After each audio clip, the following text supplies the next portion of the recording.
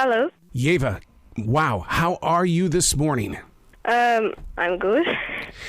And you? I'm doing fantastic. I wish you could see how many people keep grabbing this book from me. You are changing people's lives with this book. Oh my God. Sounds powerful. I'm a daily writer. I've been a daily writer for 28 years. For you to go into a moment in your life and then to document it by way of journaling, what was that feeling like? And now that the world is seeing your writing, there's a lot of daily writers that would never reveal their soul. You went about war.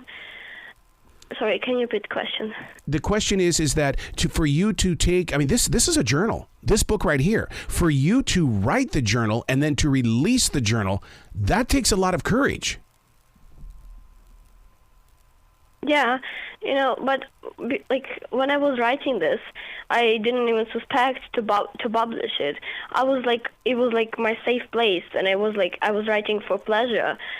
And I wanted to share with my children after 10, 20 years, and I wanted to tell how war was like in Ukraine, in detail.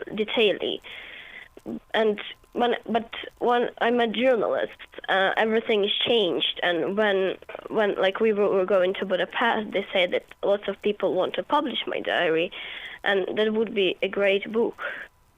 I have a very good friend who is currently in Ukraine. He is American, and he's a journalist, and he travels with Ukrainians every single day to the front lines, as well as making sure that people are fed. It's amazing when you release a book called "You Don't Know What War Is." We talked about this. He and I talked last night about you, and it's just amazing what you are doing when you're extending your words.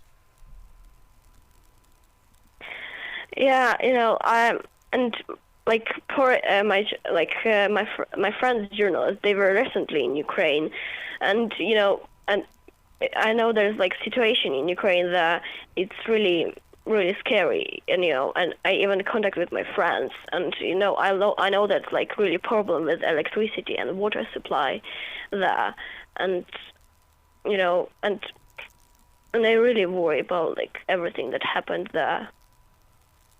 One of the things that Joe talks about in Ukraine is like when in Lviv, when the sirens go off, yes, you do prepare, but he says it's even more haunting when the sirens are not going off. What did you experience in situations like that? Well, like I haven't heard, but these days when I live, these days when start the war, I haven't heard sirens. It was really, and it's so strange because firstly in Kharkiv maybe there was sirens, but I lived in place where I couldn't hear that. It was in the end of city, and there was like a private houses, so it was like unless that I could hear it, and I haven't heard this as well when I was in Uzhgorod. I haven't heard any sirens. I just heard in the internet they're existing, One of the things that Joe kept bringing up in the conversation yesterday, he kept saying the word refugee. And I said, don't say that. Don't say that. And he asked me why. And I said, well, because of your book. You express that the word refugee is not a positive in your life. Yeah, and it's really hard to say that I lost my home, and my life is like it was destroyed. Like my peaceful life was destroyed, and I was split with my friends. And it's really hard to understand that you need to start a new life, a new country, and with new language, and it's really hard to understand where to go, and there's a war in your hometown. Well, yeah, because you've gone from Ukraine to Ireland. You're right about that new language. How do you prepare your future when everything around you is no longer the same?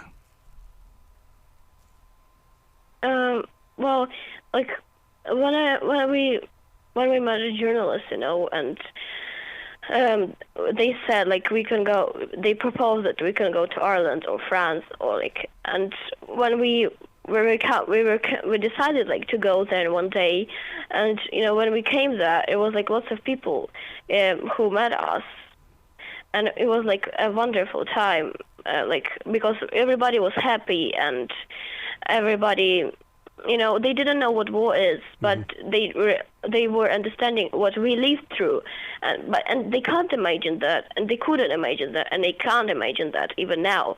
But they realize that we came through something which is so horrible, and they can't imagine.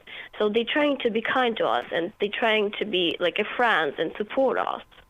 You're absolutely right when it comes to that word war. We know what the word is. We just don't know what the experience is. And the only thing that we get is what the social media is sharing. So that's why your book is so important to this generation and the generations ahead, because you were brave enough to put those words on a page.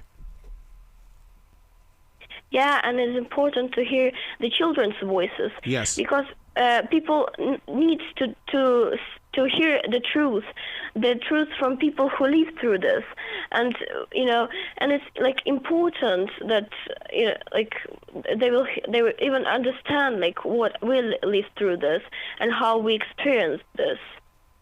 One of the things that Joe brings up is how that when you're into these moments of challenge and change, how the Ukrainian people stand strong, that no, I'm not going to just walk away from this. I'm going to stand strong for my nation. Where does that come from? He keeps talking about 2014 when everything began to become liberated and everything like that. What is it about you and your family that makes you so strong?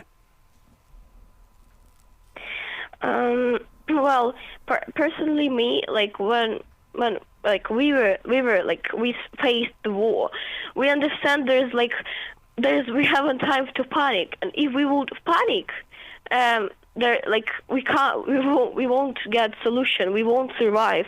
I would panic if I was scary. I can die from panic, from heart attack, but not from the war.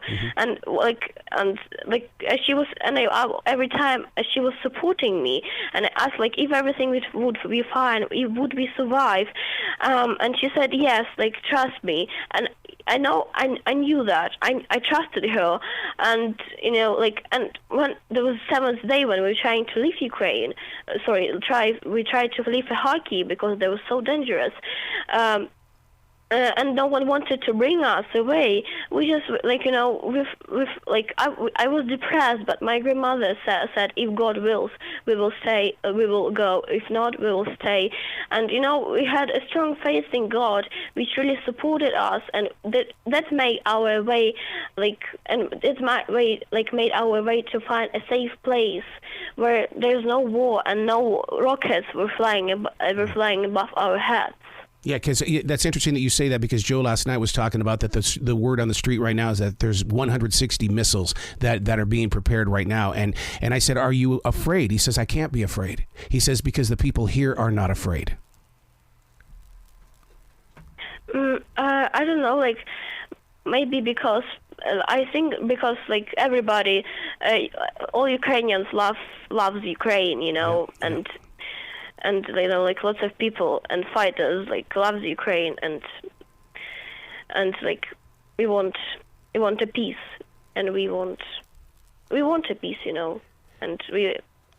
and we love Ukraine so much. Absolutely. I can hear it. I can feel it. And let me ask you a question in the way that people that have read the book, including my wife, she goes, this is a modern day Anne Frank story. Do you see that? Have you heard the same story? The same story.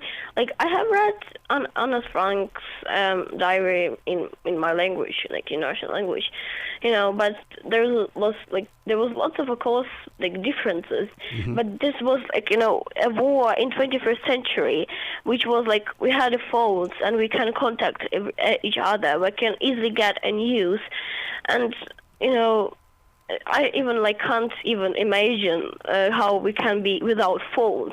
And when city is dark, when city is dark and no electricity, and one of my friends describing that it's so scary, and if someday there would be something would happen with you, no one would know because there would be no electricity, no lights. Yep. That's when Joe says that you bring out the candles. And what's so funny is that he says you bring out the candles, and usually a musician is walking by and they start singing. He says it doesn't stop. It just doesn't stop. Yeah. And, because because like we love Ukraine. Yes. Yes. We love. You've got to come back to this show many more times in the future. I love your story. Your story needs to wrap around the world, not just today, but every day, because you are the strength in your vocals. You're changing people's lives. Yeah, and I really dream to come to America and visit you and see you in life. Absolutely. And I really hope someday I'll come to America. Oh, I would love that. I would love that. Well, you be brilliant today. Continue sharing your story with everybody else that's going to talk with you today, okay? And make sure that you write that in your journal of what your experience was like today, okay? Yeah, sure. Okay. Have a brilliant day today.